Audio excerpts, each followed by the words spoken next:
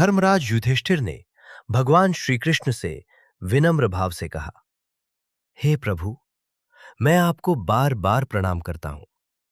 कृपया मुझे चैत्र शुक्ल एकादशी अर्थात कामदा एकादशी का महत्व बताइए।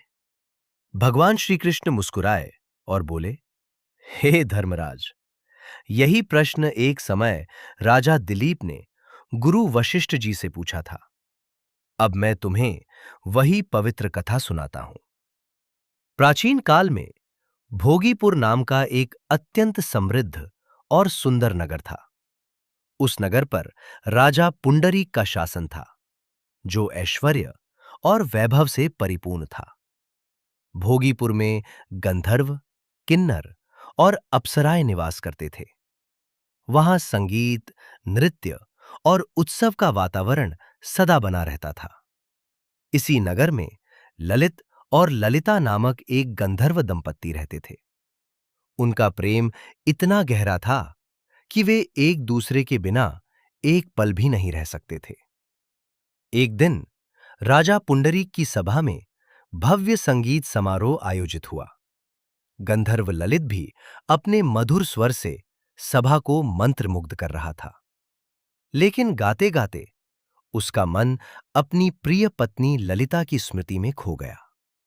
उसका ध्यान भटक गया और उसका स्वर बिगड़ गया। सभा में उपस्थित नाग कारकोटक ने यह बात राजा को बता दी। राजा पुंडरीक इस बात से अत्यंत क्रोधित हो उठे। उन्होंने कहा, मेरे सामने गाते हुए तू अपनी स्त्री का स्मरण करता है, अतः तू अपने कर्मों का फल भोग। अब तू एक भयानक राक्षस बन जा। जैसे ही श्राप दिया गया, ललित तुरंत ही एक विशाल और भयानक राक्षस में परिवर्तित हो गया। उसका शरीर विकराल हो गया, आंखें अग्नि की तरह जलने लगीं और उसका स्वरूप अत्यंत भयावह हो गया। अपने प्रिय पति की ये दशा देखकर ललिता का हृदय टूट गया। लेकिन उसने हार नहीं मानी। उसने सभी सुख सुविधाएं छोड़ दीं और अपने पति के साथ वन में रहने का निर्णय लिया। वो उसके साथ जंगलों और पर्वतों में भटकती रहीं। हर क्षण उसके दुख को अपना दुख मानती रहीं। एक दिन भटकते भटकते वो विंध्य पर्वत पहुंची, जहां महान ऋषि श्रृंगी ऋषि का पवित्र आश्रम था। ललिता ने उनके चरणों में प्रणाम किया और कहा, हे मुनिवर, मेरे पति राजा के श्राप से राक्षस बन गए हैं। कृपया उनके उद्धार का उपाय बताइए।